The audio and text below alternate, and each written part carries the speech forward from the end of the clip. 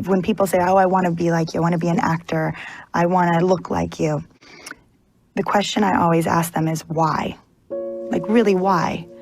And people, and especially America, this idea of fame, that to be famous means that you're successful, that you're happy. When How I Met Your Mother first went on the air, I ran into an actress that I knew, and she said, "Are you just like so happy all the time?" And I remember thinking, does she really think that when CBS picked up the show, it left me with an inability to feel anything other than unbridled joy?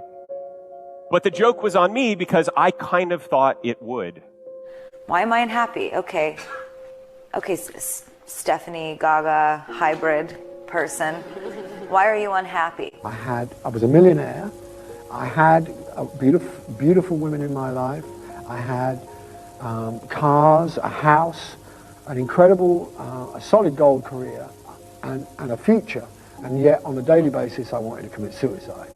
When those things came, the happiness wasn't there, and I realized why that was. There was such an attempt to achieve these things and to keep going that you lose sight of the people and the blessings that you have around you. And when you have all this stuff, it doesn't mean you're happy. A lot of people think getting famous will save you, that it will grant you the life you feel you're owed and spare you certain indignities. I was pretty bummed to realize that rather than lessening or eliminating my insecurities and least attractive qualities, it basically poured fertilizer on them. Has your happiness risen at the same amount as your bank account?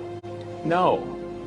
That's the thing. They don't equate, or they're not tied in any way. They're not tied to each other. Wow. I mean, it allows you freedom and it allows you to go places where you can smile and look at the sunset and things like that. That's what you choose to do and you enjoy to do. Right. But there are a lot of people with tons of money who are unhappy. We are told that if we're beautiful, if we're skinny, if we're successful, famous, if we fit in, if everyone loves us, that we'll be happy. But that's not entirely true.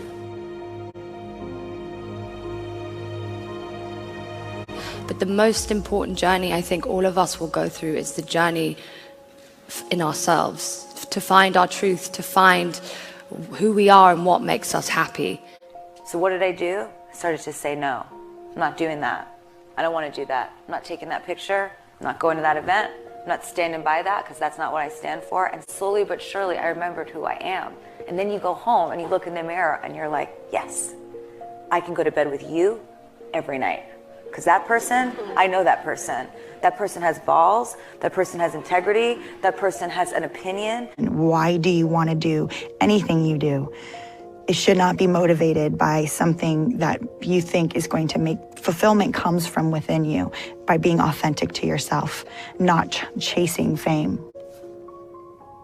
Life is about balance, right? You have to have some type of balance. You have like time for work and it's time for play. And if you don't allow these two things to coexist, you have an imbalance. Here, I think one check, one is because of $1 million. But here, no peace. That $1 million will not bring inner peace, happiness. More frustration, right? This money bring more frustration, more suspicion, more anxiety, or sometimes more jealous then. So inner peace is the ultimate source of happiness, joyfulness. So I think people do not understand that. Are you a rich man? When you mean rich, what you mean? You have a lot of possessions, a lot of money in the bank? Position make you rich? I don't have that type of richness. My richness is life, forever.